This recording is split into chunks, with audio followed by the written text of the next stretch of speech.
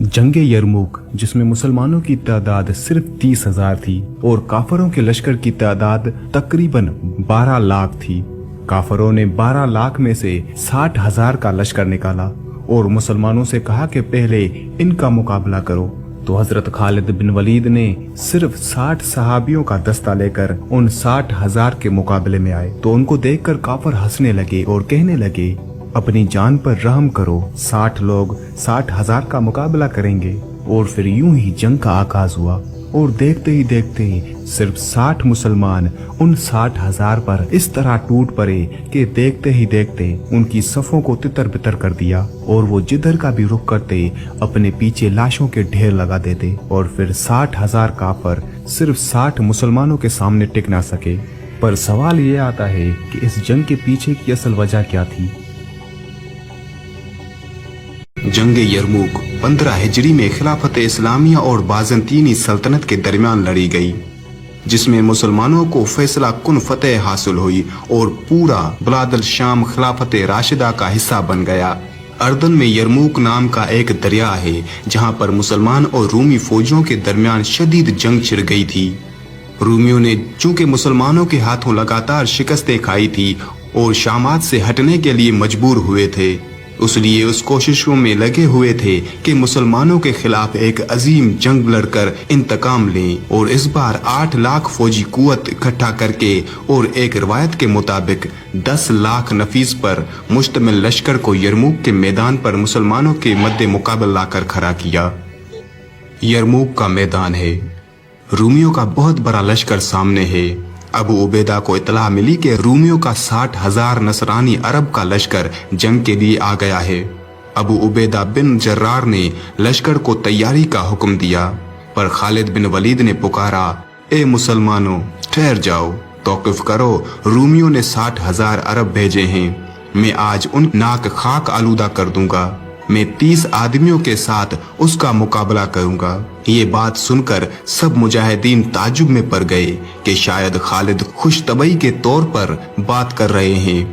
अबू सुफियान ने पूछा, क्या वाकई आप 30 आदमी लेकर जाएंगे? तो खालिद ने कहा कि हाँ, वाकई मेरा यही इरादा है। अबू सुफियान ने कहा, मुजाहिदों से मेरी मोहब्बत की वजह से मेरी दरख्वास्त है कि तुम 30 के बजाय 60 आदमी ले जाओ। अबू उबैदा ने भी तायीद की तो खालिद मान गए। अब ये 60 का लश्कर 60,000 के लश्कर से जंग करने जा रहा है। जबला बिन अहम गसानी ने जब देखा कि मुसलमानों का एक गिरोह आ रहा है तो समझा मुसलमान डर कर सुलह करने आ रहे हैं और खालिद बिन वलीद से कहा कि मैं अपनी शराइत पर सुलह करूंगा। मगर खालिद ने जवाब दिया, हम तुझसे जंग करने आ रहे हैं, सुलह करने नहीं। जबला बिन अहम बोला, जा अपना लश्कर लेकर आ। खालिद ने मुजाहिदों की तरफ इशारा करके फरमाया, ये है मेरा 60 अफराद का लश्कर। जबला बिन अहम ने कहा, मैं नहीं चाहता कि अरब की माएं ताना दें कि जबला बिन अहम ने 60,000 के लश्कर से 60 आदमियों पर चढ़ाई कर दी। खालिद बिन वलीद ने कहा, हमारा एक मर्द तेरे 1,000 के बराबर है, तू हमला कर, फिर देख तेरा क्या हशर होगा। अल्लाह ताला हमारे साथ है। ये बात सुनकर जबला आग बगूला हो गया और उसने लश्कर को हमले का हुक्म दिया।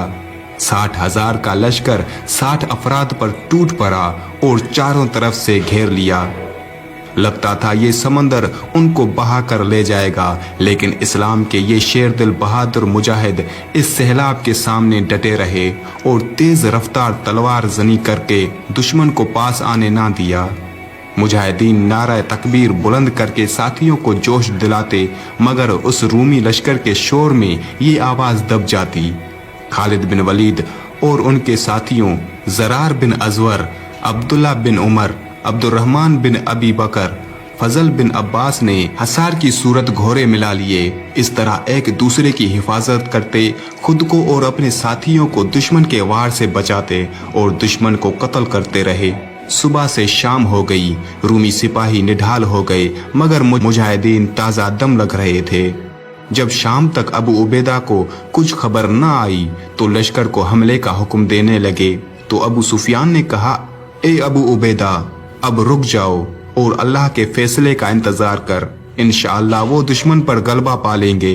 थोड़ी देर बाद जबला का लश्कर पीठ दिखाकर भागा और मुजाहिदीन ने आवाजें बुलंद की और तेज नारा बुलंद किया। फिर ये लश्कर यूं डर कर भागा गोया किसी आसमानी मखलूक ने डराया हो, और जबला बिन अहम सबसे आगे था। उस मुआरके में 10 मुसलमान शहीद हुए, 5 मुसलमान कैद हुए। रोमियों के 5000 लोग कत्ल हुए। यरमूक में मुसलमानों की क़यादत अबू उबैदा इब्न अल जर्रार रज़ियल्लाहु अन्हु कर रहे थे, जिसने मुसलमानों की पहली फौजी दस्ते को यरमूक रवाना किया था। उसके बाद साद बिन आमिर की क़यादत में मुसलमान मुजाहिदीन का दूसरा दस्ता उनकी मदद के लिए रवाना किया। दोनों फौजों में शदीद जंग छिड़ गई। रूमी फौज हजारों में हलाक हुई या कैदी बनाई गई और कामयाबी मुसलमानों को हासिल हुई और रूमी फौज पीछे हटने पर मजबूर हो गई। जब उसकी खबर रूमी बादशाह हरकल को दी गई, जो इंताकिया के शहर में बैठकर अपनी फौज की सरबराही कर रहा था, खबर सुनते ही वो वहां से भागकर कुस्तंतुनिया इस्तांबुल तुर्की चला गया और बड़ी हसरत के साथ कहा, अलविदा ए सरजमीन शाम, कितनी खूबसूरत सरजमीन दुश्मनों के हाथ लग गई। तारीखदानों के मुताबिक इसमें ईसाइयों को बेइंतहा जानी व माली नुकसान हुआ और वाज़े फतेह मुसलमानों को हासिल हुई।